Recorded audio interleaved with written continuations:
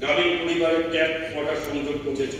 2025 অর্থ বছরে 42টি deep tubewell খনন করা হয়েছে এবং 150টি ডিপ টিউবওয়েল, 338টি small bore deep tubewell well প্রকল্প এবং 37টি ভবনী প্রকল্প চালু করা হয়েছে।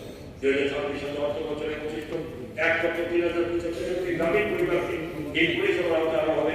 আশা করা যায় যে 355টি ডিপ টিউবওয়েল এবং 759টি স্মল বোর টিউবওয়েল প্রকল্প, 218টি ভবনী প্রকল্প এবং 1543টি হাইড্রোলিক প্রকল্পে চম্পকনগর থেকে উদয়পুর কুমরুপুর জম্পজলা হয়ে 40 কিলোমিটার, জলেবাসা কাঞ্চনপুর আনন্দবাজার সড়ক 54 কিলোমিটার, শান্তিবাজার থেকে কর্মপুর স্কুল হয়ে 26 কিলোমিটার এবং যোগেন্দ্রনগর থেকে চম্পজলা আনন্দনগর গাঁওপুরি টাকারজলে 28 কিলোমিটার।